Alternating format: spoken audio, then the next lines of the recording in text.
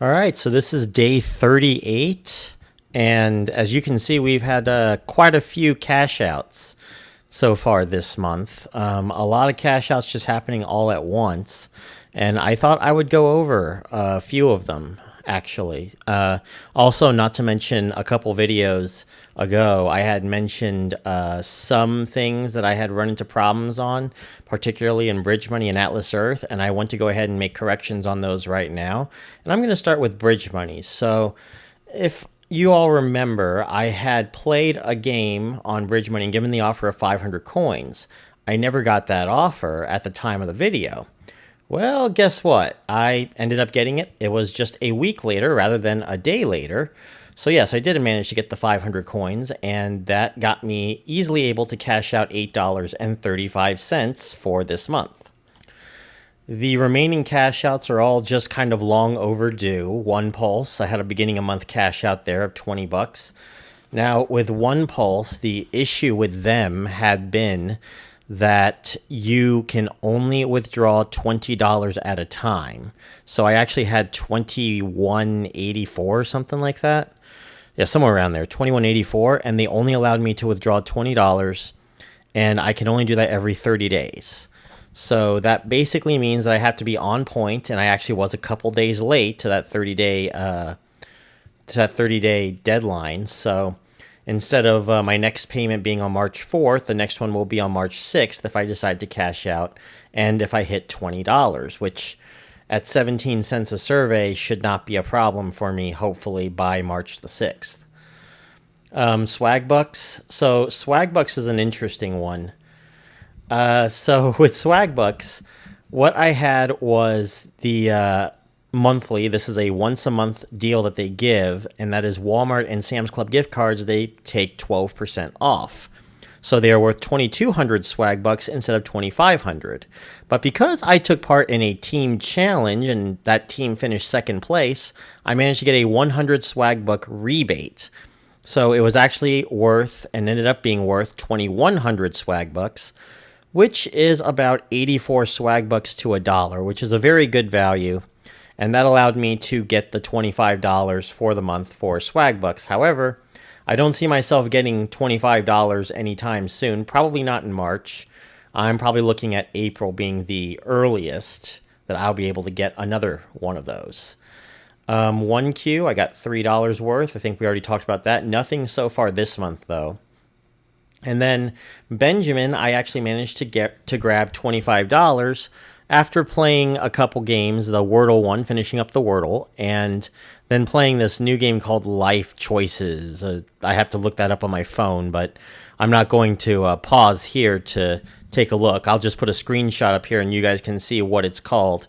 It's actually pretty easy because you just gotta, if you guys know about BitLife and you just go through a life simulator, you just gotta finish up X amount of lives to get some, to get some money. And I think it's about $2.90 total is what I'm looking at for doing something that would only take me probably tops about 2 hours.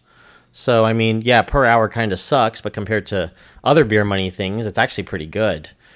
And I got my first cash out on MTurk, which is $2.44. And the reason why I wanted to talk about this first rather than my usual last today is because I wanted to announce that, yes, now that I've gotten over $200, we're going to talk about next steps on what I'm going to do with this money. As I mentioned, I want to get rid of that credit nerf, so we will talk about the secured credit card on the next video. I also mentioned I wanted to talk about MTurk setup, but I got in a serious physical complication yesterday. I got really sick, so I'm going to have to table that video for Saturday, if that's okay with you all. In the meantime, I do want to talk about a couple things regarding Atlas Earth, because a lot of people have been talking about Atlas Earth over the last couple days and some new features that they added, and I thought I would talk about that. So let's go to that.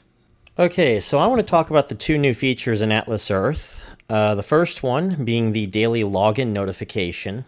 I know a lot of people have made a lot of comments about missing their daily logins and not being able to get and collect the day 90 bonus because of that, or at least having to collect a little bit longer. Now, I admit I have not had this because I've had the fortune of being in the exact same time zone for the last, oh boy, pretty sure since like 2015. I haven't been past, no, I'm sorry, 2018 I went to Wyoming.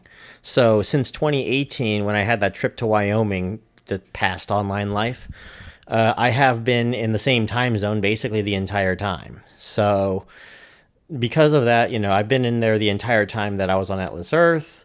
So I have not had these problems, but it seems like people that do hop from time zone to time zone or are out traveling and whatnot are having problems with daily logins. And then there are those that just flat out forget to do those logins. Well, that red exclamation point there is going to be that new login notification. And I think this is a nice little functional increase in, quality of life for those of us on Atlas Earth. So good job to Atlas Reality. I have noticed too that the spokesperson here is doing a lot better with ads. I will say that he's doing a lot better with these ads and a lot better with these updates. So I wanted to compliment him on that. I know I mentioned that on my top 10 honorable, as an honorable mention, that that their advertising has greatly improved from, I would say, just 4 or 5 months ago. So I wanted to give them a compliment on that as well. The second one, if I get to it here, okay, Warship minigame. Now, I have not gotten this just yet, but the first thing I thought of when I saw this minigame was Dance Dance Revolution. Don't ask me why I was thinking Dance Dance Revolution, but I'm thinking because let me turn off the volume here so that way you can see. Look at that. Does that not look like like a Dance Dance Revolution kind of thing, except there's 3 buttons instead of 4. You're not pressing arrow keys. You're probably going to be pressing these circular buttons here, or maybe there will be circular buttons here. I'm actually kind of curious how this works. Now, I'm not a beta tester for them, so I do not know what it looks like at this point, but if I'm able to, and this is only if I'm able to, I do want to do a live stream of Warship. Either I'm going to do a live stream or my buddy AJ over at Beer Money Network will. So that's something I'm going to try. I know I said I was going to do a racer this week as well, but I got really sick yesterday. I was also going to do another video yesterday as well, and that didn't quite work out. So yeah, making it up to you guys with this Atlas Earth-ish video, basically. But yeah, as far as the strategy for this one, I don't know exactly what the strategy is just yet. It looks like another timing game, though. I hope that it's not going to be like... I hope it's a little bit more complex than that and has a little bit more strategy, but I'm not so sure right now. Personally, one of the things I would eventually like to see are games that are less heavily timing based, especially when they have such troubles with their servers as it is. Being able to deal with delays from especially the racer, but also fishing has problems. Even golfing's starting to have some problems. So I'm hoping that the delays will not be as bad for Warship. We'll see. And also, I thought we were going to have bowling as well. So I'm assuming this means that we're starting to see the plans come together that they want to do like, eventually 6 or 7 mini games a week, where they would have a mini game going every single day, or at least almost every single day. Maybe they might have one off day. And if they do that, that is a lot of opportunity to make Atlas bucks and to help you grow. But at the same time, I feel like I'm going to be getting fatigue, especially with these events being at least 2.5 hours. It just becomes, okay, doing 2.5 hours times, say, 6, and then 6 days a week. Let's just say 6, and then a 6-hour minigame on top of that, that becomes like a part-time job, and you're not really getting that much out of it. So, now obviously you can choose not to play, and I'm assuming that's what Atlas Reality wants you to do, is not to play every minigame. They want you to pick your minigames and only play those. But I feel like we're going to get to a point where there are going to be a group of people that are just going to play every single day, and that could cause some kinds of problems down the line, I feel like, at least for the person, not so much for Atlas Reality. They're going to be just fine, but I'm going to warn people against trying to play every single minigame from here on out, especially with the addition of Warship, with the possible likely addition of bowling, and maybe another minigame or two. you probably don't want to be playing this every day. I know my wife is not going to want me to play Atlas Earth minigames every single day. I got way too much to do as it is, especially since there are way more fun games to play right now, like Power World. So anyway, that is it, everybody. I hope you like this video.